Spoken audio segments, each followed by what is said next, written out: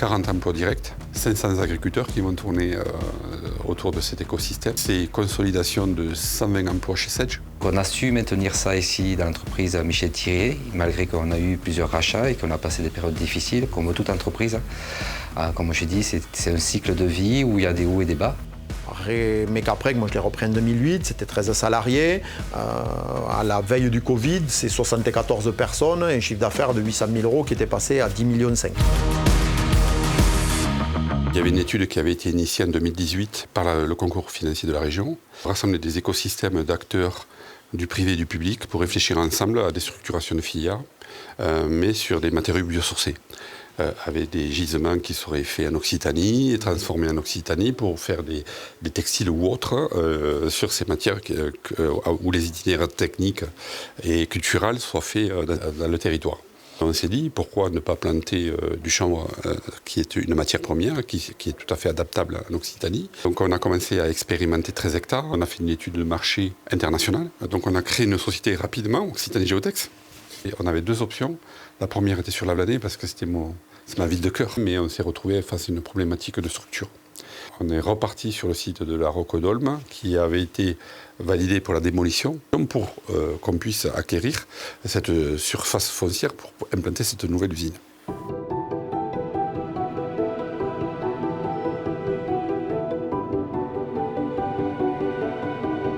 Il y a un gros virage qui a apparu il y a 2 ans, c'est-à-dire que maintenant on travaille de plus en plus avec du polyester recyclé.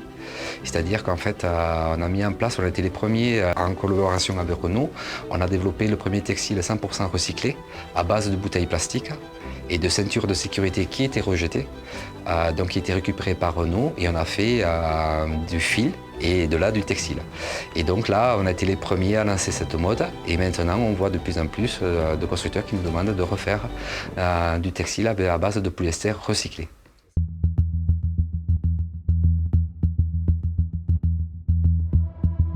Mecapreg se diversifie. Avant Covid, on était 100% aéronautique. Sur un beau ramp-up, le Covid nous a fait nous reposer des questions, nous dire quels sont nos domaines d'activité stratégiques. C'est l'usinage, qu'on usine pour l'aéronautique, qu'on usine pour l'agriculture, qu'on usine pour quelconque secteur de l'industrie, la défense, le médical ou autre. C'est pareil, ça reste des machines. Donc on a regardé où est-ce que les domaines stratégiques pouvaient s'adapter. Donc on s'est diversifié en allant vers de l'offshore, de la défense. Et aujourd'hui, on est, allez, je dirais 72-73% aéronautique et les 28 ou 27% restants qui sont sur d'autres secteurs industriels ou offshore ou défense.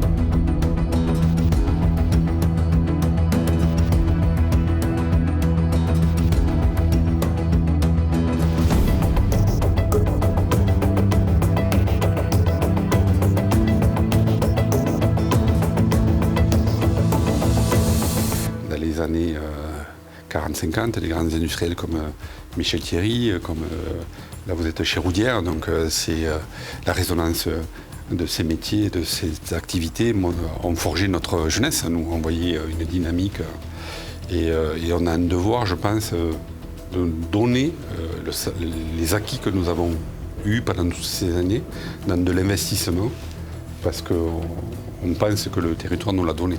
Michel Thirier a toujours insufflé ce sens où, vous savez, où il faut vraiment être passionné. On est tous des passionnés de textile et pour moi c'est un honneur de prendre la suite et d'essayer surtout de transmettre la passion du textile et que cette usine perpétue.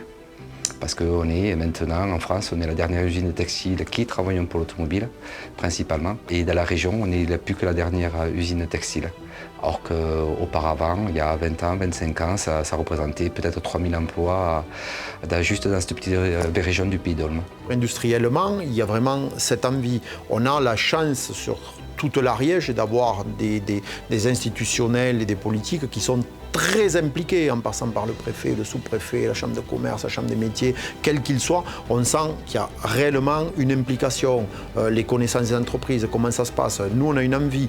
Avec tout ce développement, il y a les médecins nécessaires, on a les communes qui y travaillent, les communautés de communes, et on voit les pôles médicaux essayer de se maintenir. Je pense que le développement ira dans le bon sens. Maintenant, si demain matin, Covid-20 il apparaît, il apparaît, il sera là pour tout le monde. C'est comme ça. Donc on se battra à nouveau. On ne va pas laisser tomber.